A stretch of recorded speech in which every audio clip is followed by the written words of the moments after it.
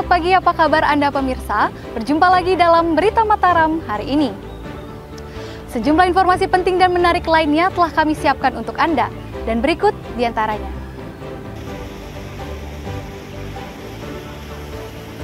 Diduga keasyikan berenang di air terjun, seorang remaja di Lombok Utara tewas terseret air bah.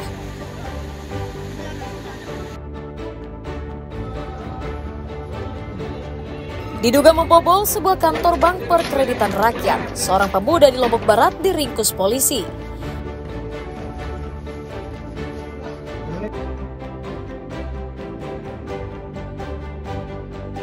Babak final Mandalika Racing Series berlangsung sengit. Sejumlah pembalap muda menjadi juara baru di sejumlah kategori bergengsi. Bersama saya Lisya Widya dan berikut Berita Mataram selengkapnya.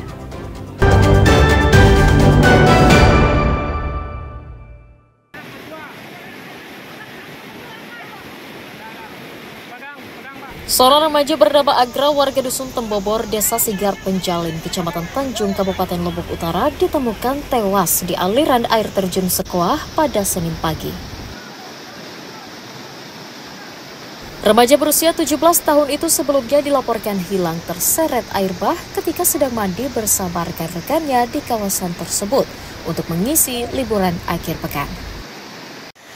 Tim SAR menemukan korban terseret sejauh 3 km dari lokasi. Ia dinyatakan hilang pertama kali.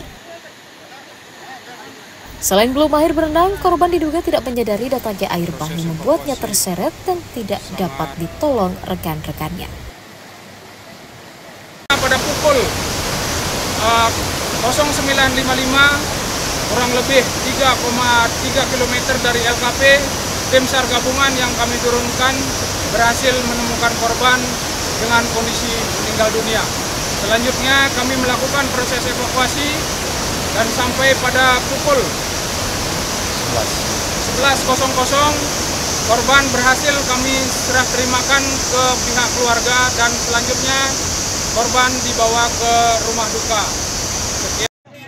Jasad korban telah diserahkan ke pihak keluarga untuk dimakamkan. Sementara untuk mencegah terjadinya hal serupa, tim SAR mengimbau warga tidak beraktivitas di sungai atau wisata air terjun untuk sementara selama musim penghujan seperti saat ini. Emi Kusuma dan Redi Sulhi melaporkan dari Kabupaten Lombok Utara.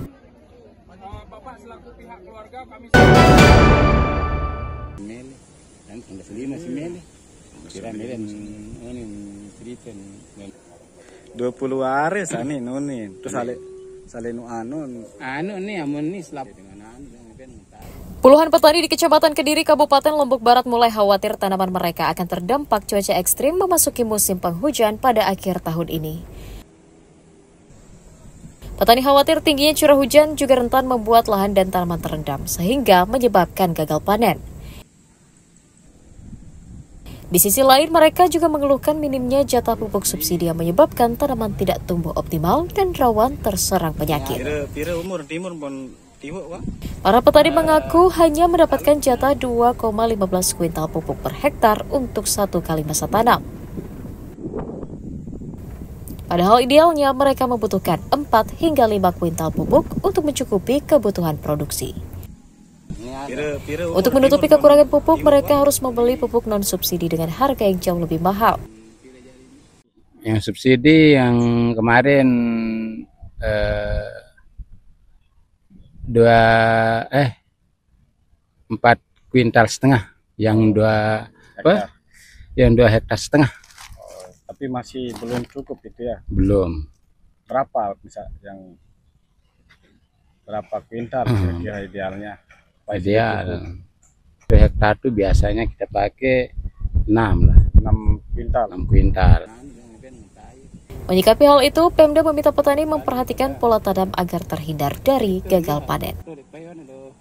Inventarisasi atau identifikasi daerah-daerah mana yang terbiasa banjir. Nah, nantinya penyuluh itu bersama kami dari Dinas Kabupaten akan menyarankan kepada petani kita untuk mulai memperbaiki saluran-saluran irigasi tersier agar airnya bisa lancar, dan juga nanti kami minta untuk sedia pompa. Jikalau banjir nanti bisa kita sedot. Sementara untuk menyiasati terbatasnya jatah pupuk subsidi, para petani didorong untuk menggunakan pupuk organik untuk menghemat biaya produksi. Hairul Amri dan Redi Suhi melaporkan dari Kabupaten Lombok Barat.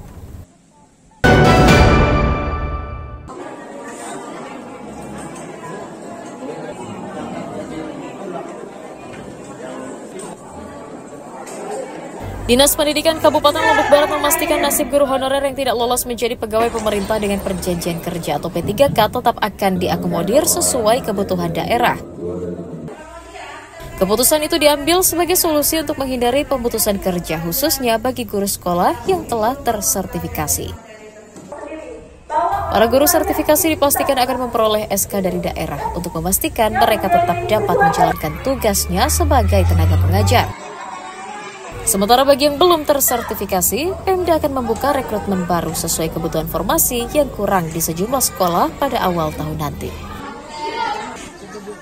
Dinas Pendidikan mencatat dari total 1.664 tenaga non-ASN yang tidak lulus P3K, 761 orang diantaranya merupakan guru honorer dan 28 diantaranya telah memiliki sertifikasi sebagai tenaga pendidik. Bagaimana dengan non-ASN yang lainnya? Memang secara faktual di Kabupaten Lombok Barat ada beberapa mata pelajaran yang memang menjadi prioritas kami juga, yaitu guru agama dan guru olahraga. Tetapi tetap melalui SOP atau mekanisme rekrutmen yang akan kami tetapkan dalam waktu dekat.